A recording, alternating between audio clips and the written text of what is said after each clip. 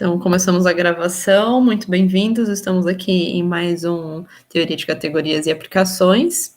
Agradecer quem veio assistir, agradecer ao Thiago que topou fazer mais essa apresentação.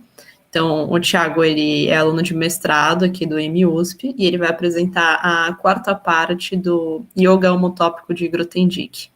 Thiago, quando você quiser começar, pode ficar à vontade. Obrigado, Ana. Vou começar, então. Vou apresentar aqui. Eu não lembro exatamente onde eu parei da última vez.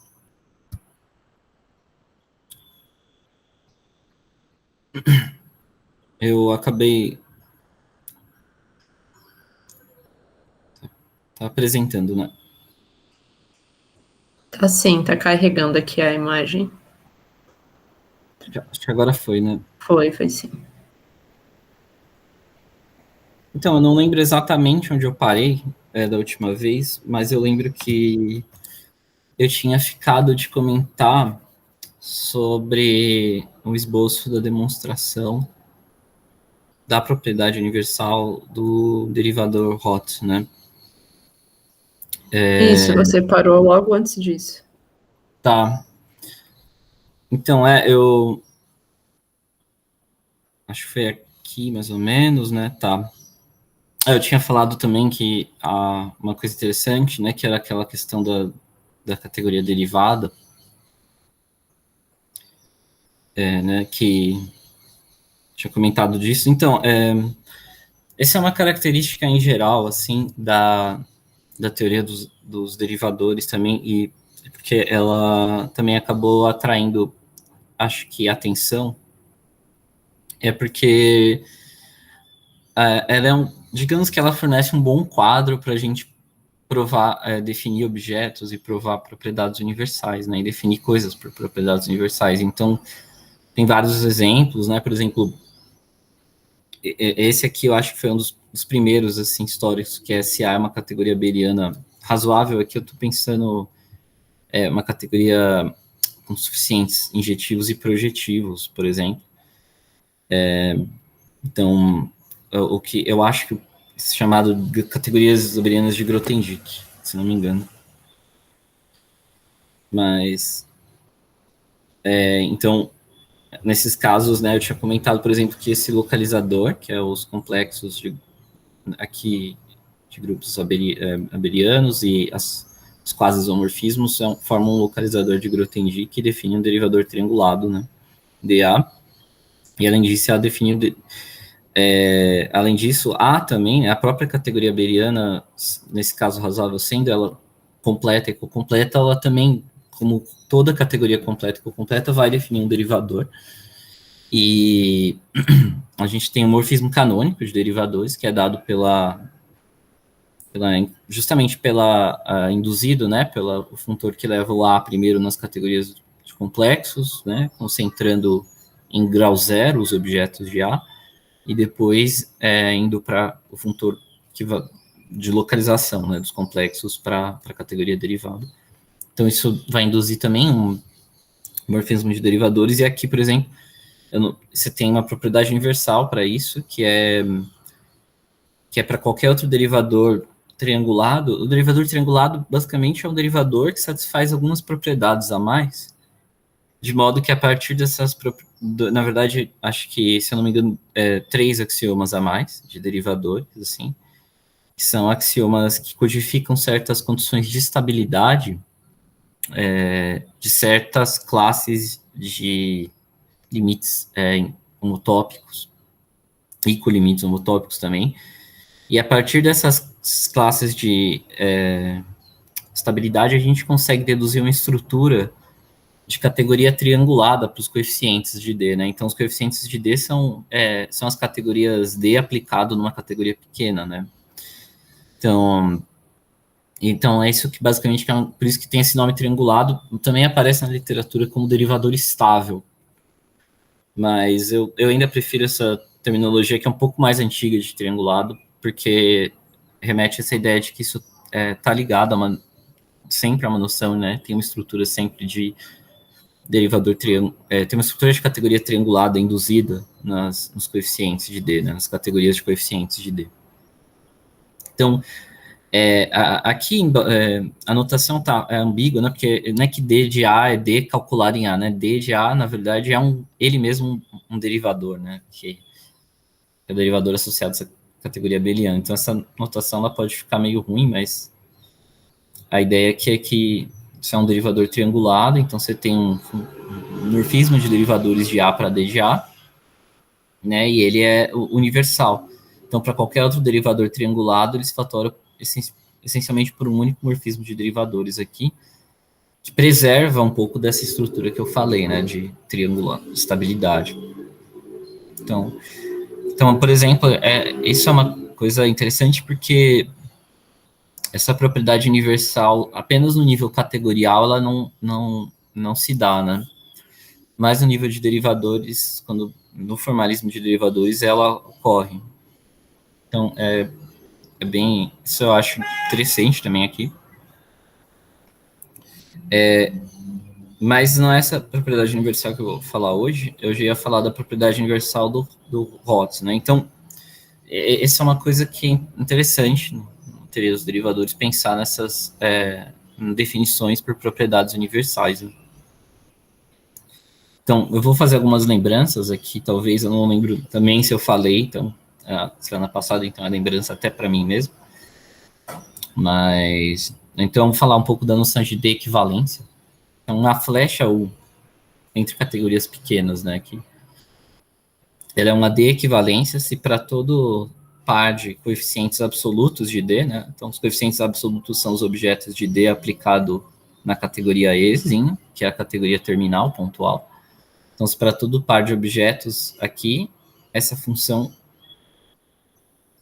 né, que eu descrevi aqui, é uma função que, então, você pega esses pares de objetos, você puxa, né, para o DJ a partir do PJ, você toma a imagem inversa em D de J, né? Lembrando que esse P de I é sempre, nessa notação, é sempre o único funtor de I para a categoria pontual. E aqui é a mesma coisa, aqui é o PJ, desculpa, aqui o PJ também. Então, sempre eu uso essa notação Pzinho com tipo, o I embaixo para indicar o único funtor de I para Ezinho, né? Que é a categoria pontual. E essa função, ela é uma abjeção, no caso. Então, a idade de equivalência é que você está preservando, né, de forma plena e fiel, coeficientes constantes. Na verdade, coeficientes constantes em DI são justamente esses coeficientes, em DJ aqui, por exemplo, são justamente os coeficientes que são imagens inversas dos coeficientes absolutos, né? Então, aqui, né, a explicação do porque a gente tem essa função é que a gente tem essa igualdade, né? PI ela é igual a PJ composto com 1, né? Então, dessa igualdade, a gente aplicando o derivador, o pré-derivador aqui, essa noção não precisa nem ser um derivador, né? Para ser enunciado, basta ser um pré-derivador. Então, aplicando o pré-derivador, a gente obtém essa flecha aqui, né? Por isso que faz sentido essa definição, essa função. Então, é dizer isso é uma abjeção. Isso é uma forma da gente enunciar para pré-derivadores, né? Então, o W de D, eu sempre vou denotar assim, a classe das flechas das D equivalências nas categorias pequenas, né? Então, tem uma forma, né, no caso que nem eu falei aqui, se D admite imagens diretas cohomológicas, ou, respectivamente, homológicas, lembrando, as imagens diretas cohomológicas são os adjuntos à direita desse funtor imagem inversa que todo pré-derivador tem, né? Enquanto que as homológicas são os adjuntos à esquerda. Ou a gente também pode chamar extensões de campo tópicas, é um outro nome também. E quando esse é o caso, o WD ele admite uma descrição um pouco mais simples e mais operacional para a gente trabalhar também, né, que a gente pode conseguir deduzir ela a partir, olhando para esse diagrama aqui, né, e a gente aplicando o pré-derivador D, a gente obtém uma coisa é um diagrama complicado assim, né? Então aqui eu estou pensando no caso homológico, né? Então você tem o adjunto à esquerda, né? Os respectivos adjuntos à esquerda aqui. E como o PI é igual a PJU, então a gente tem que PI estrela é o estrela PJ estrela, e o PI exclamação, né? Extensão de campo tópica do PI, ou imagem direta homológica de PI, ela é isomorfa à imagem direta homológica do PJ, composta com a imagem direta homológica do U. Né? Então, esse isomorfismo ele é uma propriedade de adjunção, na verdade, né? Não tem nada de demais aqui, é só, tipo, se você escreve, né, a composta adjunção, ela é isomorfa à composta dos adjuntos, né? Então, simplesmente isso aqui. Então, só que dessa flecha de counidade, né, da adjunção de U exclamação com estrela em cima, a gente tem sempre a flecha de counidade da adjunção, a gente pode deduzir uma flecha dessa forma aqui, né? Então, eu aplico nessa flecha aqui, primeiro PJ exclamação à esquerda, e depois PJ estrela em cima à direita, né? E aí a gente obtém essa flecha aqui, né? Tá? Tudo bem? Essa flecha é obtida aqui porque eu passo, né, o PJ U para dentro, digamos assim, da exclamação, e eu fico com PI exclamação, e eu passo o U estrela em cima, PJ estrela em cima também para dentro da estrela em cima, né? Eu obtenho PI estrela em cima. Então, por isso que eu tenho essa flecha canônica aqui, né? E aí a gente dá para verificar que a flecha U vai ser uma D-equivalência se e somente se essa flecha canônica que eu montei for um isomorfismo. Tá? Então, E no caso homológico é a mesma coisa, só que aí no caso homológico você tem uma flecha na direção contrária, tá aqui. Então ela iria de PJ estrela embaixo, de PJ estrela em cima, para chegando em PI estrela embaixo, PI estrela em cima, e você também tem que a flecha é uma D-equivalência se essa flecha canônica for um isomorfismo natural, né? Então, isso aqui ele é mais homológico, assim, em certo sentido, né? Que se a gente aplicar, eu não lembro, não sei se eu coloquei aqui para baixo, deixa eu dar uma olhada, acho que não, mas se a gente usar a definição, deixa eu ver se aqui em cima tem, para vocês verem. Então, se a gente usar essa definição aqui, por exemplo, né, da homologia, né, essa notação homológica, então, a gente tem que na notação homológica você tem H assim, né? Então, o que você está falando é que para todo coeficiente constante de D, é uma coisa bem parecida com homologia de feixes, né? O espírito um pouco da coisa, assim. Tipo, a forma como aparece, né?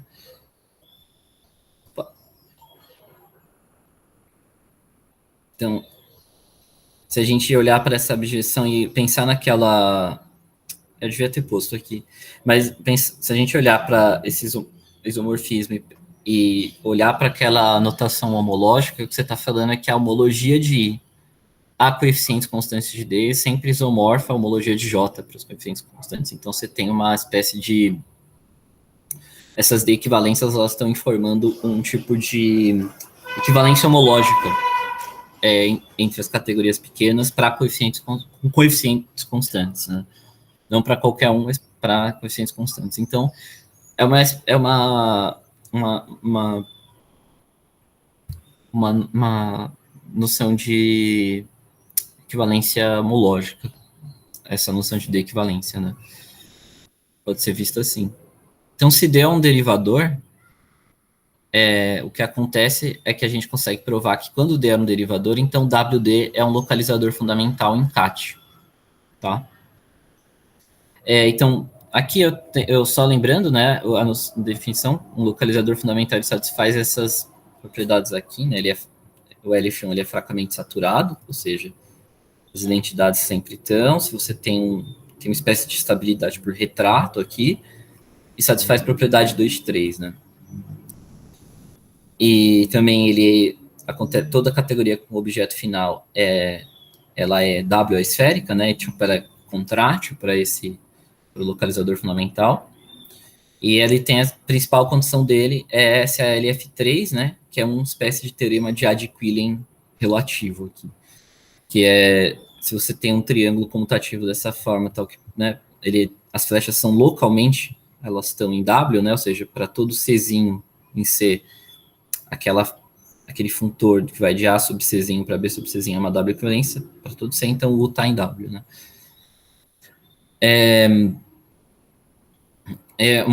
Um detalhe aqui, na verdade, se o D for só um pré-derivador, a gente já consegue provar tanto o LF1 quanto o LF2. LF1 e LF2, elas valem sempre. Você só precisa usar que é derivador para provar o LF3, na verdade. Mas o LF1 e o LF2 sempre vão ser satisfeitos. Tá? Na verdade, a gente usa em específico para provar o LF3, a gente usa daí aquele axioma de derivador que eu tinha comentado, que é esse aqui, né? Que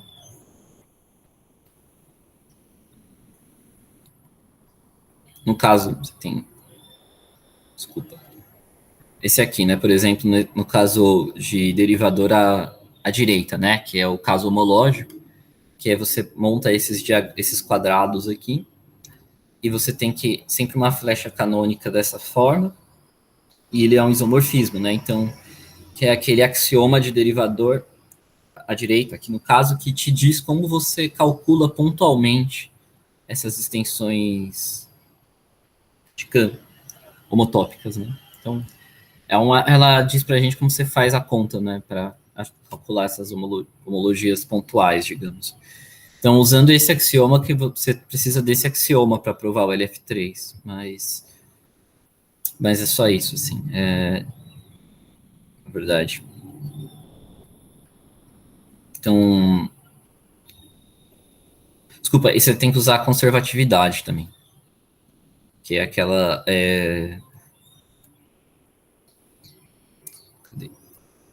condição pontual, né, de que... Eita, tô perdido aqui, mas... Então, aqui, ó, a conservatividade, que se D é conservativo, né, se para toda categoria pequena A, aquele diagrama for conservativo. Isso é a mesma coisa de dizer que se você tem uma flecha em D de A, aqui tá errado, tá em A, mas é em D de A, né, e aí F de Azinho, tipo a fibra, né, é um isomorfismo em D de E para todo Azinho, então F é um isomorfismo em D de A, né.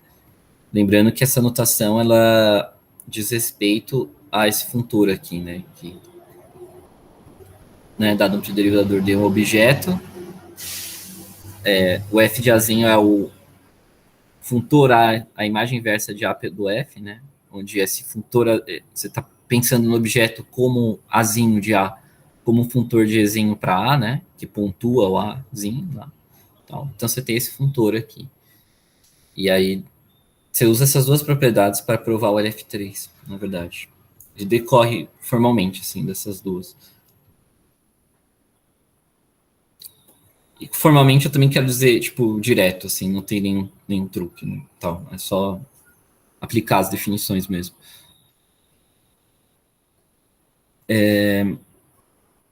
Aqui tem agora a recíproca já mais complicadinha de provar, que é assim, se W é um localizador fundamental, então W também define um pré-derivador.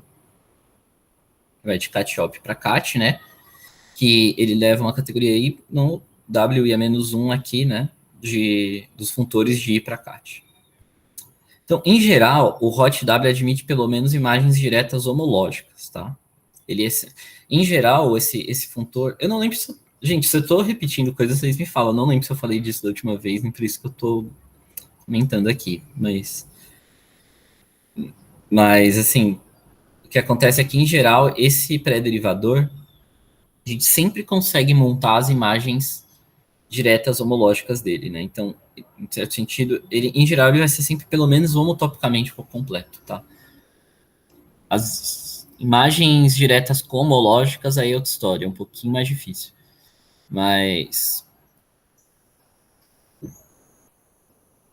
Mas o que acontece é que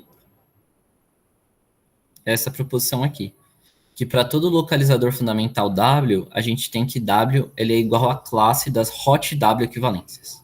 Tá? Então,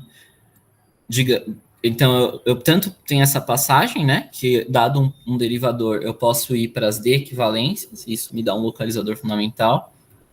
E aí aqui eu posso também, dado um localizador fundamental, montar um pré-derivador que é sempre, pelo menos homotopicamente completo, de modo que o W coincide com a classe das hot W equivalências, né? Ou seja, das equivalências relativas a esse derivador. Então, você tem um jogo aí entre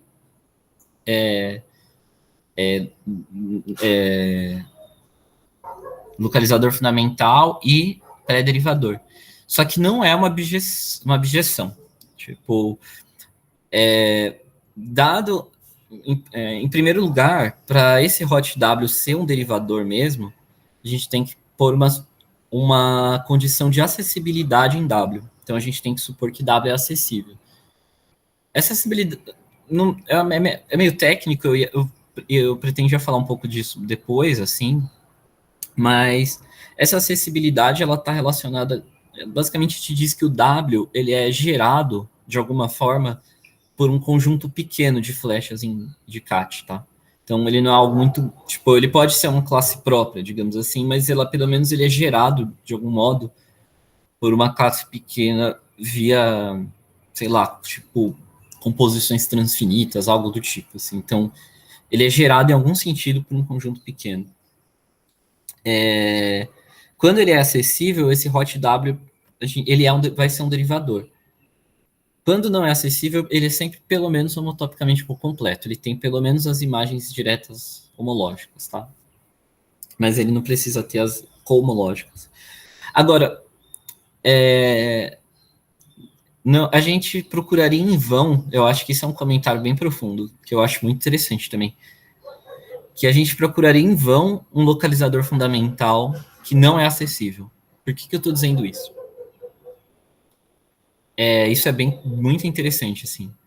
Porque, na verdade, se a gente assume um princípio de Volpenka, que é um princípio de cardinais inacessíveis, né, da teoria dos conjuntos, a gente consegue, a partir do princípio de Volpenka, mostrar que todo localizador fundamental é acessível. Então, portanto, esses hot Ws são sempre derivadores, independente do localizador fundamental que você tomar.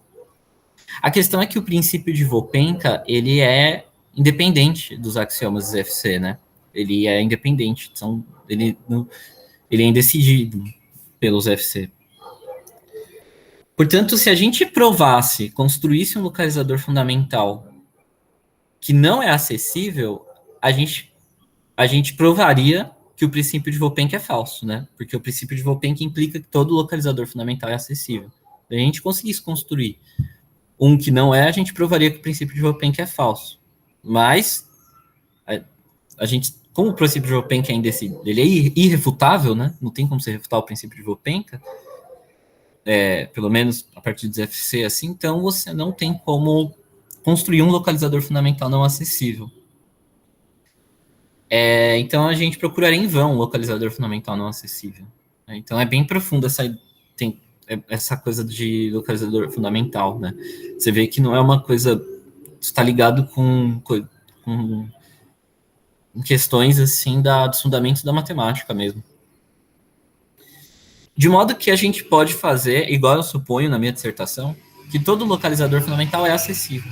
A gente pode supor isso sem problemas, né? Assim, pode tomar essa decisão, né? Sempre quando a gente tem uma indecidibilidade, né, na matemática, então a gente poderia tomar a decisão, porque é consistente tomar a decisão, né? Você não está caindo em nenhuma inconsistência com isso. Você não consegue provar, mas também você pode aceitar sem o risco da inconsistência, né? De estar em paradoxo, nada. Então aqui a gente pode tomar essa decisão e aceitar que todo localizador fundamental é acessível. Mas porque no fundo é indecidível dos axiomas do FC se todo localizador fundamental é ou não acessível. né? Ela tem o mesmo essa afirmação de que todo localizador fundamental é acessível, ela é indecidível nos FC. Isso é uma questão interessante, assim. Então, dito isso, assim,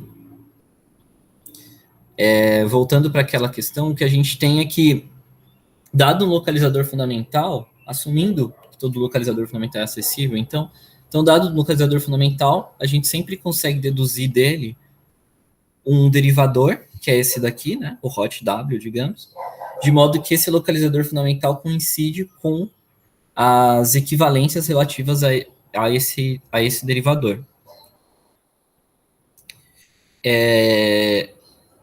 Por outro lado, dado um derivador, a gente consegue sempre também montar, que nem eu disse, um localizador fundamental. Será que se eu volto por esse processo de aplicar, né, se eu pego, por exemplo, um D, calculo W de D e faço hot W de D, eu volto para o derivador original? Então, não. A resposta é não. Então, você não tem exatamente uma abjeção. Então, por exemplo, na minha dissertação, eu chamei, pelo menos, eu não sei se esse termo é usado, mas eu chamei derivadores que são dessa forma, de modo que quando você, né, derivadores da forma, derivadores D, tais que quando você aplica o WD, né, que é o localizador fundamental associado a ele, depois você aplica o hot WD, quando volta, né, volta significa dar equivalente ao derivador original, eu chamei esses derivadores de localizáveis, né, eles são localizáveis por um localizador fundamental, ou fundamentalmente localizáveis, né, mas um derivador não precisa ser, em princípio, fundamentalmente localizável. Então, mas o que acontece é que, pelo menos, tipo, de um lado, esse retorno está garantido, né? Que é do lado de você partir de um localizador fundamental, ir para o derivador associado e depois tomar as equivalências desse derivador associado. Então, e aí isso realmente coincide com o localizador fundamental que você partiu. Tudo bem até aqui, gente? Alguma dúvida, alguma coisa? Tô falando meio rápido, não sei se para entender tudo. Acho que tá ok, pode continuar. Tá, legal. Então,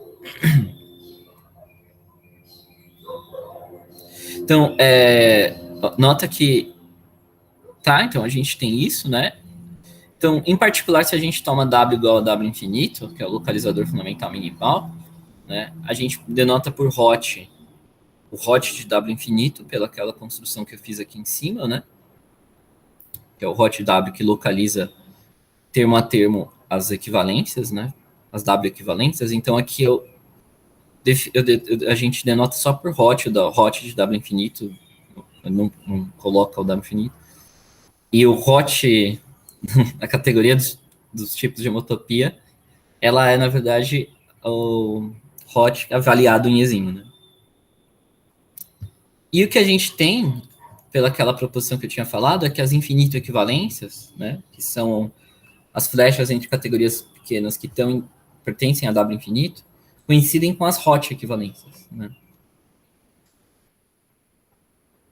Então, tem isso, assim, que você pode também ver elas como as hot equivalências. E aí, dado um localizador fundamental W e uma flecha U de I para J em CAT, eu tinha comentado, né, que sempre aquele hot W, ele tinha uma imagem homológica, direta homológica, né? Aqui para a gente vai ser muito fundamental descrever explicitamente quem é essa imagem, não basta saber que tem, assim, tipo, para provar a propriedade universal, você tem que saber explicitamente, construir mesmo o negócio, não tem jeito, assim. Então, tentado uma flecha U, né, que nem eu tinha dito, a gente pode descrever explicitamente quem é o U, exclamação aqui, né, de hot WI para hot WJ. Eu vou comentar um pouco só como que a gente monta esse adjunto à esquerda, né, da imagem inversa. Mas é assim. Primeiro, se a gente toma aqui a categoria dos funtores de I para CAT, né, e aqui a categoria das categorias pequenas sobre I, né, a gente tem uma construção canônica aqui, que leva um funtor para esse parzinho. Aqui, a integral de I sobre F é uma categoria pequena, e ela tem uma projeção em I, né? Tá? Essa integral de I para F, eu não sei se vocês estão acostumados, assim, mas ela é chama, não sei, na literatura que eu pelo menos segui para dissertação de mestrado, eles chamam de integração de Grothendieck, que tem também a cointegração. Então, isso seria uma cofibração nas categorias pequenas, essa projeção aqui. Mas a construção dela é análoga à construção que a gente faz da categoria dos elementos de um prefeixe, né?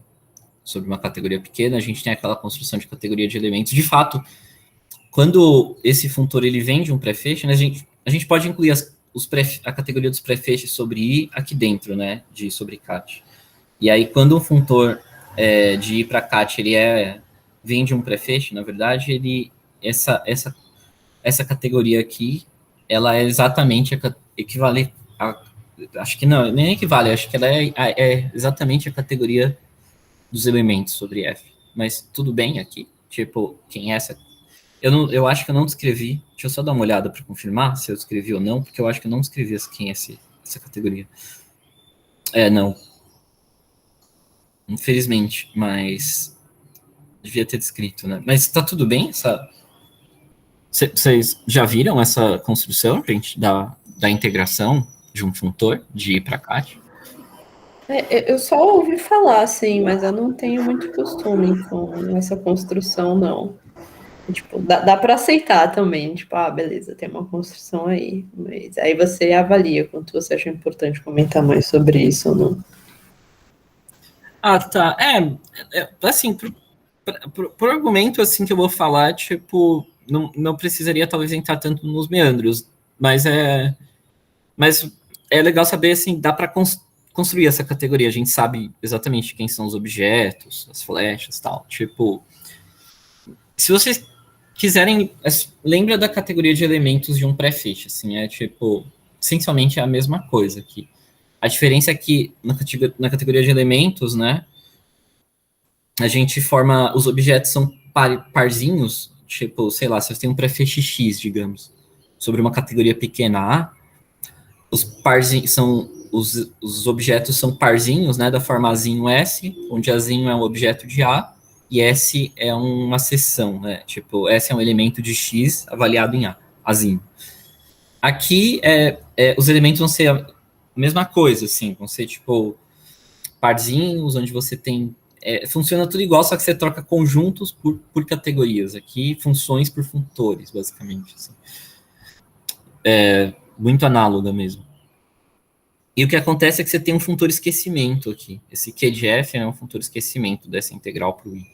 Então, você pega um parzinho, que nem eu falei, né? Que vão ser, os objetos vão ser parzinhos da forma Izinho S, onde Izinho é um objeto de I, e S é um objeto desse funtor F avaliado em Izinho.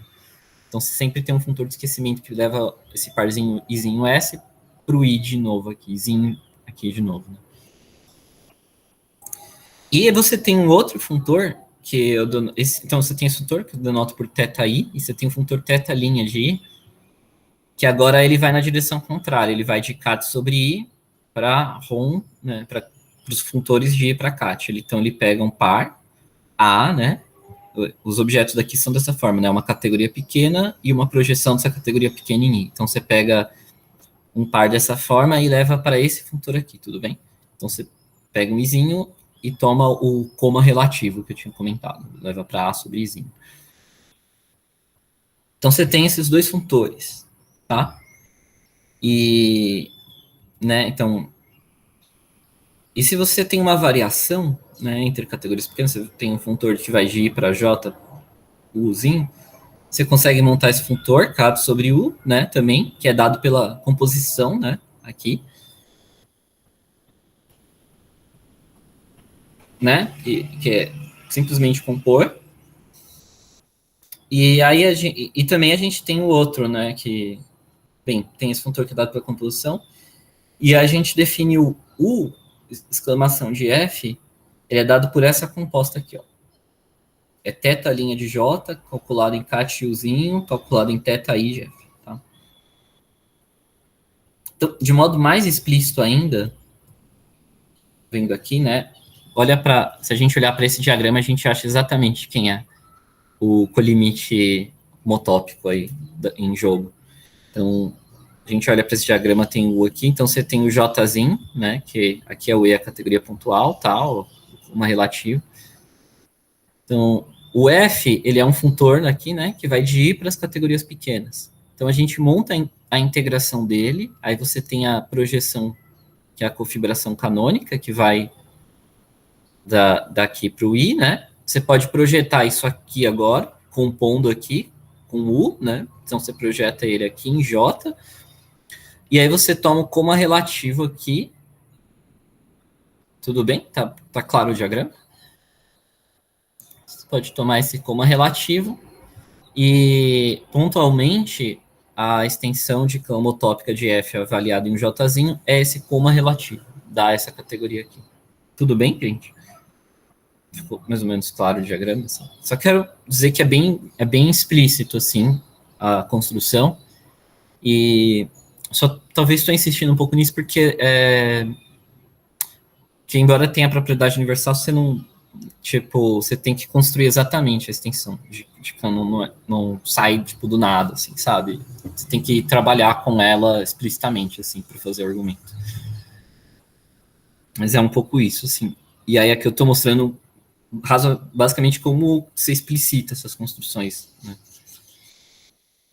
Então, só um detalhe, né, que em particular, se a gente toma o J como sendo a categoriazinho e o U como sendo o P de I, então o colimite homotópico de F, né, que é o P de I, exclamação, calculado em F, ele vai ser só a integral de I calculado em F. Então, a gente sabe calcular exatamente para esses pré-derivadores da forma hot W, onde W é um localizador fundamental, a gente sabe calcular explicitamente quem é os limites homotópicos um objeto.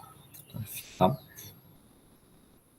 Ele é a integral de Grothendieck de F.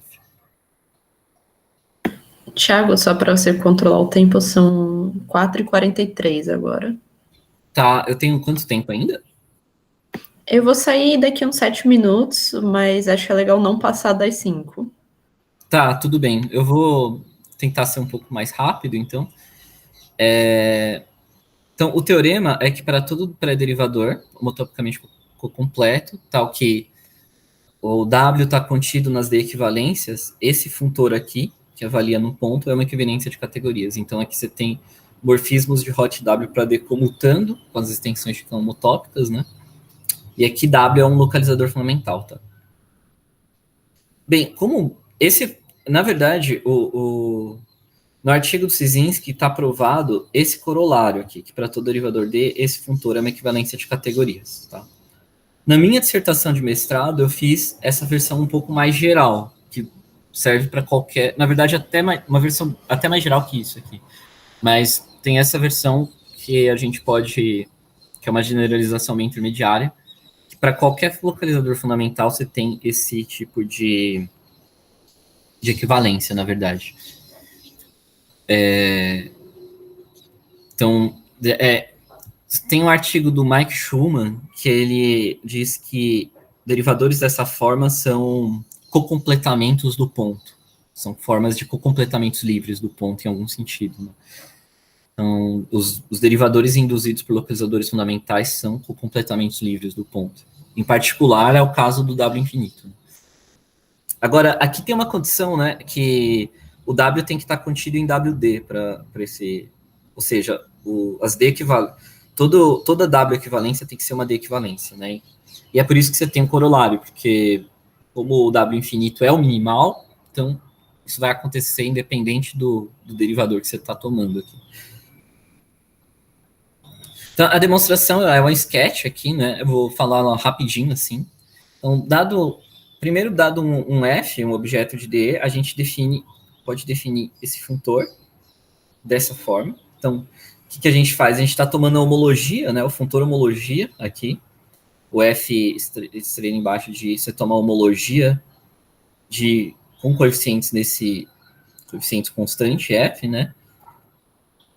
Então, aqui só lembrando, né, você tem a projeção do I na categoria pontual, você tem esses adjuntos, então você pega, o F está em DE, né? Então você puxa para DI e depois aplica então você toma a imagem inversa e depois toma a imagem direta homológica.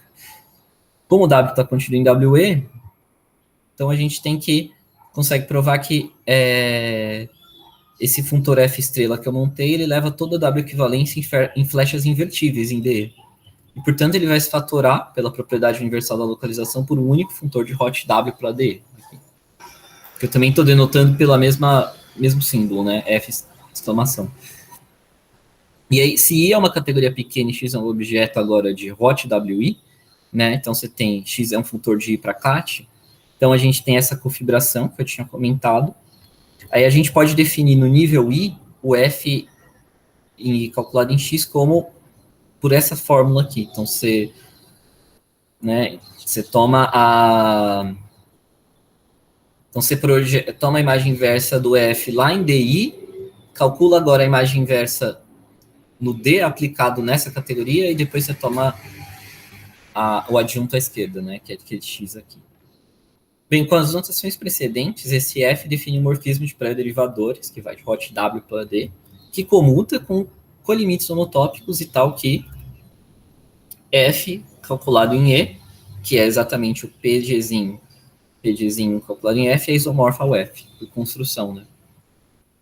Então, aqui tem um diagrama mostrando por que ele comuta com colimitos homotópicos, tá? Então você tem esse diagrama aqui. Mostrar que ele comuta com limites homotópicos é mostrar que esse diagrama aqui comuta menos de isomorfismo, né? Eu tinha comentado, isso é um detalhe também, que na verdade comutava com qualquer extensão de campo homotópica, não só com essas daqui, né? Mas o que acontece é que para derivadores, basta você provar com limites homotópicos. Se comuta aqui, vai comutar em todos os outros níveis. Isso é uma propriedade dos derivadores.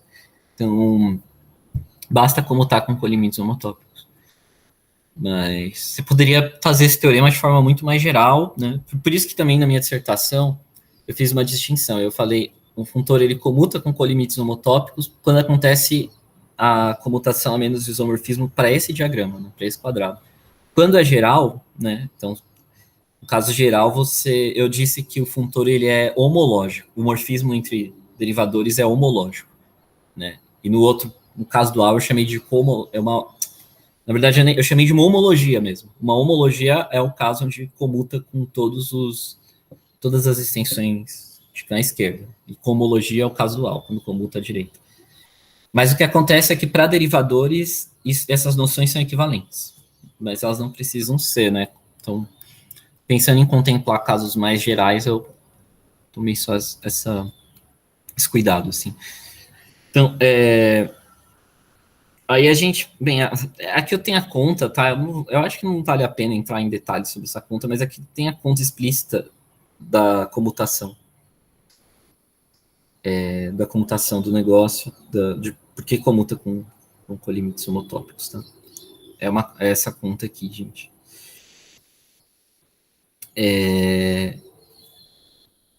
Então você tem isso, tá? Então, só umas observações finais, é que se hot W também é conservativo, então F comuta com extensões de campos homotópicos à esquerda, né? Então, essas são observações que eu estava falando aqui. Bem, a observação 2 é que a prova somente utiliza o fato que D e hot W admitem... assim, aqui não está muito preciso, essa observação 2, ela é falsa. Na verdade, aqui,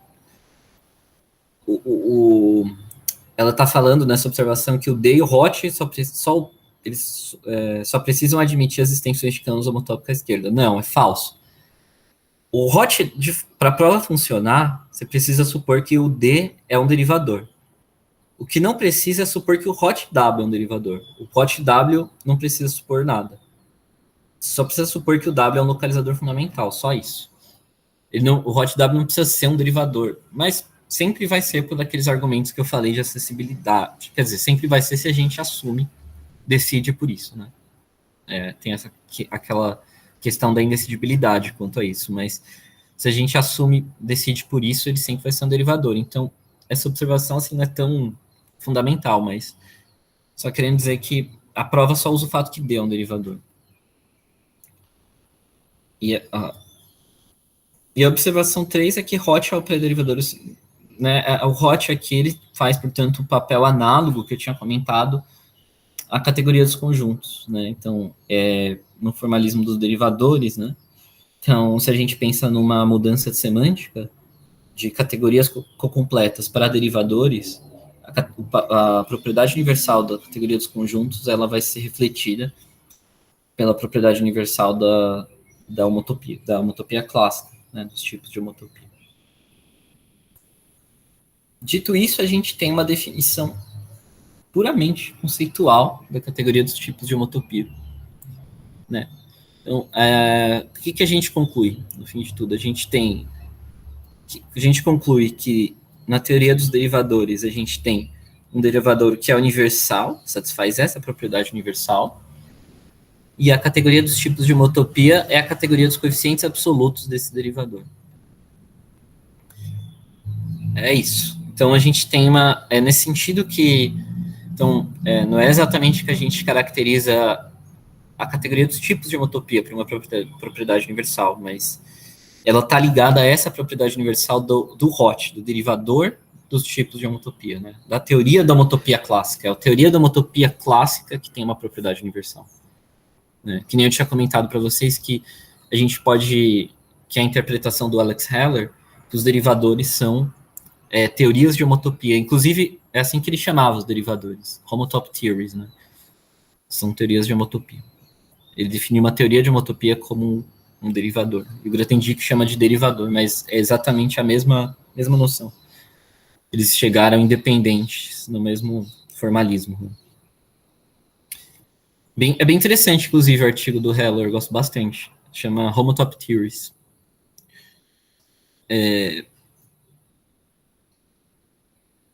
Então, é o que eu tinha comentado, de redefinir tudo retrospectivamente, né? Isso eu tinha comentado da cohomologia singular também, né? Com relação a isso. Mas acho que eu vou parar por aqui, então, já que eu tinha comentado, acho que da outra vez já, sobre essa questão da homologia singular, né? Então, acho que não precisa, talvez, retomar isso. O que eu ia começar a falar agora é um pouco das categorias teste, na verdade, porque tudo isso que eu disse por duas razões, né? Uma, eu estou assumindo aqui o fato, que eu não justifiquei, de que, de fato, o W infinito, né, o localizador fundamental e minimal, ele coincide com as flechas entre categorias pequenas tais que o nervo, na categoria dos conjuntos simpliciais, é uma equivalência fraca de conjuntos simpliciais, né? Ou seja, eu estou assumindo uma compatibilidade aí entre que de fato esse Hot que eu defini, a partir desse modo abstrato, totalmente elementar, é a categoria dos tipos de homotopia, né? Então, por aqui, já dá para ver a propriedade universal que tem e tal, né? Como que essa minimalidade entra em jogo e tal. E outra também, a gente define, assim, e isso tem um poder conceitual e explicativo muito forte, eu acho, né? De definir, assim, a categoria dos tipos de homotopia. Mas, por outro lado, a gente também quer pensar, a ideia da homotopia é pensar em modelos, né? Para os tipos de homotopia, de modo que, quando você quer estudar uma categoria homotopicamente, seria legal que você conseguisse, tipo, introduzir ela em alguma categoria razoável, completa e completa, que servisse de modelos para os tipos de homotopia. E aí, você pode fazer cohomologia e tal, né? Porque aí isso tudo vai estar disponível do formalismo. Então, esse é outro motivo porque eu queria falar de categorias teste, porque é uma forma de fornecer, tanto uma forma de fornecer modelos para os tipos de homotopia, quanto é uma forma de de, é, de justificar a questão dos localizadores fundamentais que eu tinha comentado, né, da minimalidade e tal, aquela compatibilidade toda. Então, por exemplo, categoria das variedades diferenciais tá dentro de uma categoria de pré-fechos para uma categoria teste, né? Então, isso permite fazer argumentos usando propriedades universais, tal. Tipo, que nem eu tinha comentado, fazer uma demonstração teorema de Derram. Que eu posso falar para vocês também, tipo, se vocês estiverem interessados, fazer o esboço da prova de como é, não é difícil, assim, depois. A única coisa que você tem que assumir é o lema de Poincaré, pelo menos. O lema de Poincaré não tem como escapar de... Não tem como fazer ele abstratamente, assim, você tem que assumir ele. Mas, assumindo o lema de Poincaré, tudo o resto todo o resto do argumento do teorema de Derram é formal, assim, estritamente formal, não tem não artifício, nada, tudo automático do formalismo. Assim. Então, era isso, assim, eu não vou entrar em categorias teste hoje, porque ia me estender muito também, e essa parte é bem interessante por si só também. Mas era isso, assim, que eu tinha para dizer hoje, acho, e se ficou alguma dúvida de alguma coisa, tá? Eu passei muito rápido, né? Esse final, que é a prova mesmo. Nem comentei da conta aqui. Mas eu posso passar para vocês também esse, esse manuscritozinho para acompanhar a conta. Tipo, talvez tenha alguns erros também. Não um erro de conta, mas talvez tenha alguns erros de typo, assim, de escrita. James, talvez podia fazer algumas coisas para ficar registrado também.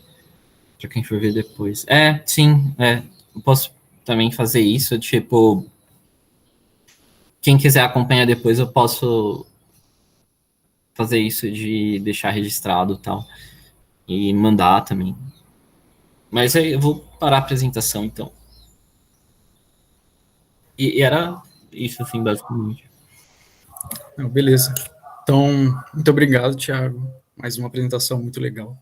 Obrigado pela disponibilidade de fazer essa série de apresentações, né?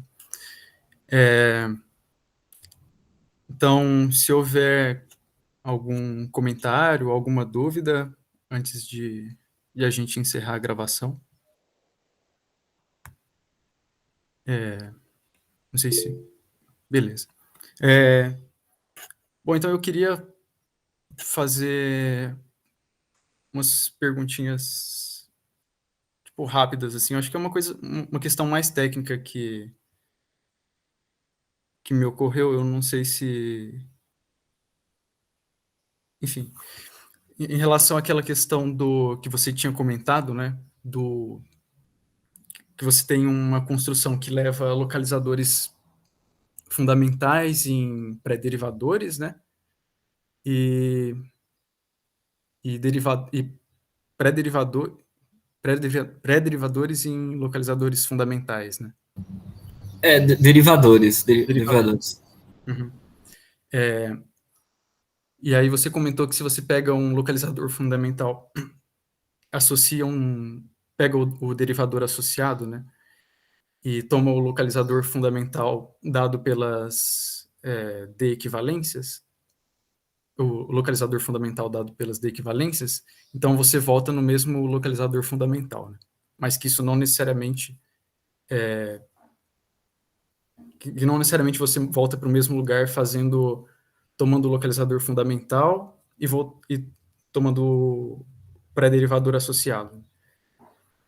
Mas você sabe se tem alguma espécie de adjunção, assim, por exemplo, se o localizador fundamental associado a um derivador é universal, assim,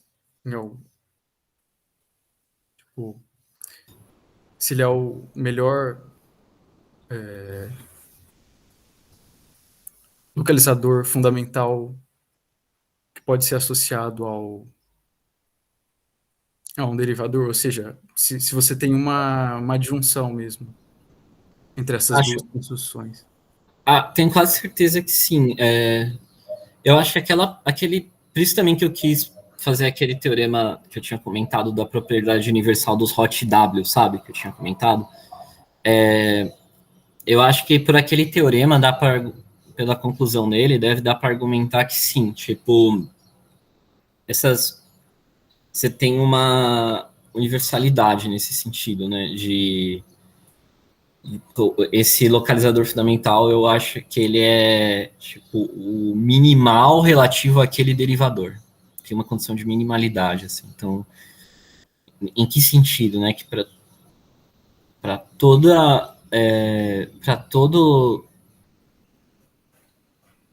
ele é o menor localizador fundamental que contém todas as D equivalências, né? É isso, acho. Então, na verdade, então para todos os outros acima, ele é o minimal, na verdade. Morfismos de derivadores, eles preservam de equivalências? Putz, eu não sei, mas é uma boa pergunta. Eu nunca fiz a conta. Mas eu acho que sim. Acho que sim, pela definição. Acho que sim, porque as equivalências são definidas por pelas imagens inversas, né? Para derivadores. Eu tenho quase certeza que preserva, sim, de equivalências. Uhum. Então, também tem isso, né? Se você. Tem isso, preserva de equivalência. Legal. Sim. Uma outra curiosidade que eu fiquei, você comentou que assumindo o princípio de Vopenka, né, você consegue provar que todo pré-derivador associado a um localizador fundamental é um derivador. É isso, se eu não me engano. Assumindo o princípio de Volpenka, todo pré-derivador associado a um localizador fundamental é um derivador, porque você consegue provar que o localizador dado por Cat W, né, é um localizador de Quilling. Localizador de Quilling significa que você consegue completar ele para uma estrutura de categoria de modelos. E todo localizador de Quilling é um localizador de Grothendieck, ou seja, o pré-derivador associado é um derivador. Então você tem essa. Tipo, por isso que meio que a álgebra homotópica de Quilling, que seria tipo estudo de localizadores de Quilling, né? Ela tá meio que dentro da do Grothendieck, que seriam esses localizadores de Grothendieck, que são localizadores cujo pré-derivador associado é um derivador, né? Então, só que e isso dá um trabalho também para provar, né? Mas em geral, tipo, sempre vale. Aí, graças a isso que você consegue. Para fazer esse argumento, tem que usar a teoria de categorias, pelo menos do jeito que eu sei, tem que usar a teoria de categorias teste, né? Que aí o que acontece é que, na verdade, esse localizador que eu falei, então aí é que entra a acessibilidade, que você precisa usar um teorema do Szyszynski que eu teria que mostrar no papel, assim, eu vou falar disso, na verdade, é uma coisa que eu vou comentar também, quando falar mais de categorias teste, assim, mas daí eu ia comentar sobre essa construção, assim, mas tem várias passagens no meio para justificar isso, assim, não é tipo direto, sabe? Primeiro você tem essa passagem por categorias de modelos, tal, e aí que entra a questão da acessibilidade do localizador, tal. Só que no fundo, tipo,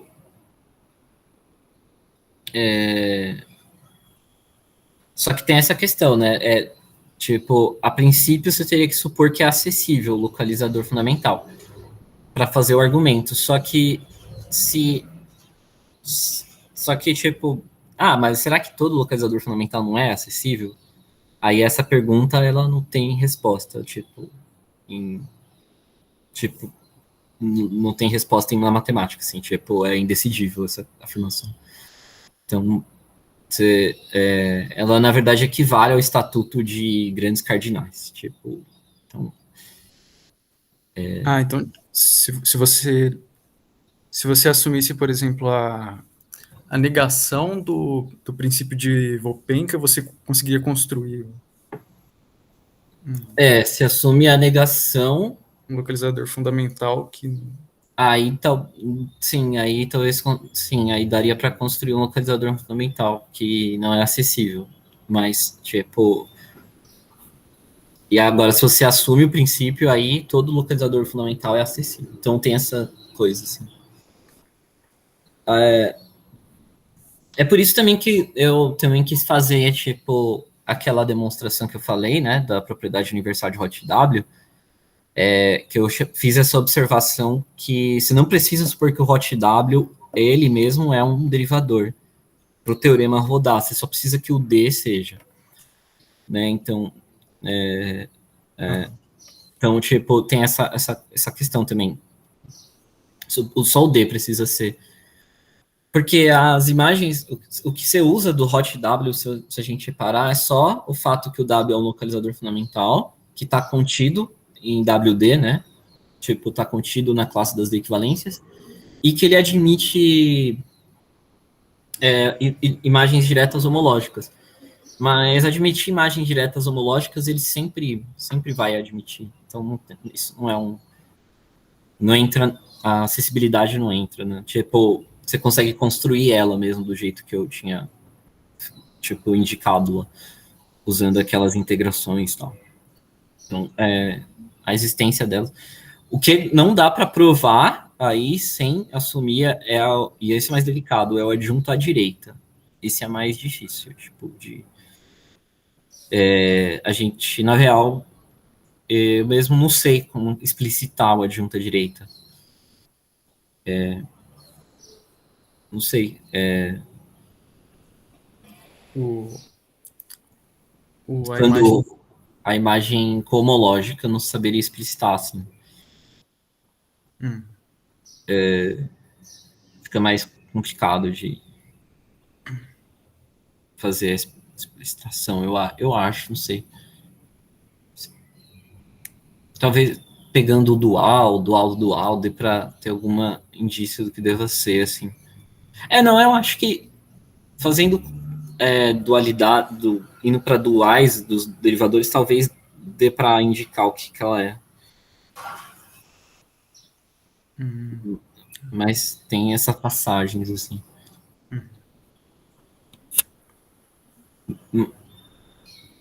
Mas é curioso, né? Quando eu vi isso, assim, dos localizadores fundamentais, tá ligado com uma coisa... Negócio super inocente, né? Começa, uma utopia, você vê que está ligado com questões de indecidibilidade no fundamento matemático. Não, legal. Obrigado, Thiago, mais uma vez. Então, eu posso encerrar a gravação? Sim, claro. Tudo bem? Super.